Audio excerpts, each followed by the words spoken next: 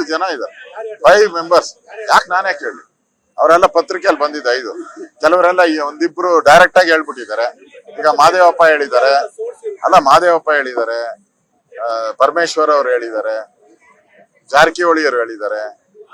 ಇನ್ನಿಬ್ಬರನ್ನ ನೀವೇ ಗೆಸ್ ಮಾಡ್ಕೊಳ್ಳಿ, ನಾನು ಹೇಳಲ್ಲ. ಯಾಕಂದ್ರೆ ಅವ್ರುನು ನಮ್ಮ ಮುನ್ರತ್ನ ಫ್ರೆಂಡ್, ನಮ್ಮ ಮುನ್ರತ್ನ ಅವ್ರ ಫ್ರೆಂಡ್ ಒಬ್ರು ಇದ್ದಾರೆ. ಸೂಪರ್ ಸಿಎಂ ಅವರು ಮುನ್ರತ್ನ ಫ್ರೆಂಡ್ ಡಿ.ಕೆ. ಶಿವಕುಮಾರ್ ಅವರು. ಅಲ್ಲ, ನಮ್ಗಲ್ಲ, ನಮ್ ಸ್ನೇಹಿತರಾಗ ಸಾಧ್ಯನೇ ಇಲ್ಲ. ಲಾಭ ಪ್ರಶ್ನೆ ಅಲ್ಲ ಇಲ್ಲಿ ಕರ್ನಾಟಕದ ಕಾಂಗ್ರೆಸ್ ಒಡೆದ ಮನೆ. ಕೇಂದ್ರದಲ್ಲಿ ನರೇಂದ್ರ ಮೋದಿ ಅವರ ಸರ್ಕಾರ ಬರ್ಬೇಕು ಅಂತ ಜನಾಭಿಪ್ರಾಯ ಇರುವಂತದ್ದು. ಅದರಿಂದ ಲಾಭ ನಷ್ಟದ ಪ್ರಶ್ನೆ ಅಲ್ಲ. ಜನಕ್ಕೆ ಬೇಕಾಗಿರುವಂತದ್ದು ಸುಭದ್ರ ಸರ್ಕಾರ ಕೇಂದ್ರದಲ್ಲಿ ಬೇಕು, ಸ್ಟೇಬಲ್ ಗವರ್ಮೆಂಟ್. ಈ ಕಿಚಡಿ ಗವರ್ಮೆಂಟ್ಗಳನ್ನೆಲ್ಲ ನೋಡ್ಬಿಟ್ಟಿದ್ದಾರೆ ಬಹಳ ಸರಿ. ನಮ್ಮಲ್ಲೂ ಆಗಿತ್ತಲ್ಲ, ಕರ್ನಾಟಕದಲ್ಲಿ ಕಿಚಡಿ ಆದಾಗೆಲ್ಲ ಪಚಡಿ ಆಗೋಟಿದೆ. ಯಾವಾಗ ಕಿಚಡಿ ಬಂದಿತ್ತು ಅವಾಗೆಲ್ಲ ಪಚಡಿ ಆಗೋಟಿದೆ. ಆಗ ಈ ಕೇಂದ್ರದಲ್ಲಿ ಬೇಕಾಗಿರೋದು ಸ್ಥಿರವಾದಂತ ಸರ್ಕಾರ, ಸ್ಟೇಬಲ್ ಸರ್ಕಾರ. ಕಿಚಡಿ ಪಚಡಿ ಯಾವುದು ಇಲ್ಲ.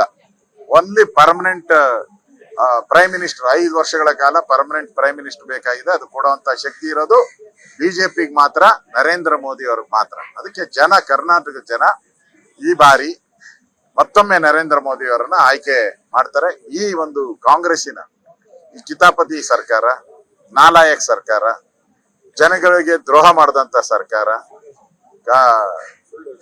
ಮೇಕೆದಾಟು ವಿಚಾರವಾಗಿ ಡಬಲ್ ಸ್ಟ್ಯಾಂಡರ್ಡ್ ಮಾಡದಂತ ಸರ್ಕಾರ, ಬರಗಾಲದಲ್ಲಿ ನಿರ್ವಹಣೆ ಮಾಡದೇ ಇರೋಂತ ಸರ್ಕಾರ, ಎಲ್ಲ ಕಡೆ ಕುಡಿಯೋ ನೀರಿಗೆ ಹಾಹಾಕಾರ ತಂದಂತ ಸರ್ಕಾರ, ಭ್ರಷ್ಟಾಚಾರದಲ್ಲಿ ಮುಳುಗಿರುವಂತ ಸರ್ಕಾರ ಕರ್ನಾಟಕದಲ್ಲಿ. ಇದ್ರ ವಿರುದ್ಧವಾಗಿ ಜನ ಬಿಜೆಪಿಗೆ ಮತ ಕೊಡ್ತಾರೆ, ಮೋದಿಗೆ ಮತ ಕೊಡ್ತಾರೆ. Thank you. ನಮ್ಮ ಕೇಂದ್ರದ ನಾಯಕರು ತೀರ್ಮಾನವನ್ನ, ಕೇಂದ್ರದ ಸಂಸದೀಯ ಮಂಡಳಿ ತೀರ್ಮಾನವನ್ನು ಹೊರ ಹಾಕ್ತೈತೆ.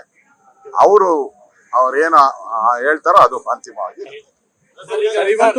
ಸಭೆ ಇದೆ ಸರ್, ಮೋದಿ ಅವರು ಅಧಿಕೃತವಾಗಿ ಘೋಷಣೆ ಮಾಡಿದ್ಮೇಲೆ ನನ್ನ ಮುಂದಿನ ನಡೆ ಅಂತ. ಈಗ ನಿಮ್ಮ ರಾಷ್ಟ್ರೀಯ ನಾಯಕರು ಅಧಿಕೃತವಾಗಿ ಘೋಷಣೆ ಮಾಡಿದ್ದಾರೆ. ಮಂಡ್ಯ ಸುಮಲತಾ ಏನೋ ವಿರುದ್ಧ ಇದ್ದಾರೋ ಅಥವಾ ಅವ್ರ ಮನವೊಲಿಕೆ ಮಾಡ್ತಿದ್ದಾರೆ? ನೋಡಿ, ಅದನ್ನ ಎಲ್ಲ ಕೇಂದ್ರ ನಾಯಕರು ಅವ್ರನ್ನ ಭೇಟಿ ಮಾಡಿದ್ದಾರೆ, ಮಾತಾಡಿದ್ದಾರೆ, ಅವ್ರ ಜೊತೆ ಚರ್ಚೆ ಮಾಡಿದ್ದಾರೆ. ಸೊ ಅವರು ಕೇಂದ್ರದ ನಾಯಕರ ಮಧ್ಯೆ ಇರ್ತಕ್ಕಂಥದ್ದು, ಅಲ್ಲಿ ರಾಜ್ಯದ ನಾಯಕರ ಮಧ್ಯೆ ಏನು ಇಲ್ಲ. ಸುಮಲತಾ ಅವರು ಕೇಂದ್ರದ ನಾಯಕರನ್ನ ಭೇಟಿ ಮಾಡಿದ್ದಾರೆ, ಮಾತುಕತೆ ಆಗಿದ್ದಾರೆ. ಅದು ಅಲ್ಲೇ ತೀರ್ಮಾನ ಮಾಡ್ತದೆ, ಆ ಕೋರ್ಟ್ ಅಲ್ಲೇ ತೀರ್ಮಾನ ಆಗ್ತದೆ. ಅದು ಅಲ್ಲೇ ಆ ಕೋರ್ಟ್ ಅಲ್ಲೇ ತೀರ್ಮಾನ ಆಗ್ತದೆ.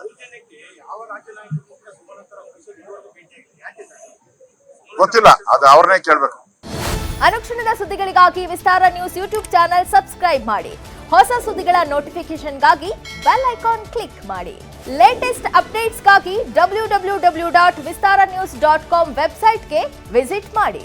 ಅಂಗೈಯಲ್ಲೇ ಜಗತ್ತಿನ ಸುದ್ದಿ ತಿಳಿಯಲು ವಿಸ್ತಾರ ನ್ಯೂಸ್ ಕನ್ನಡ ಆಪ್ ಡೌನ್ಲೋಡ್ ಮಾಡಿ.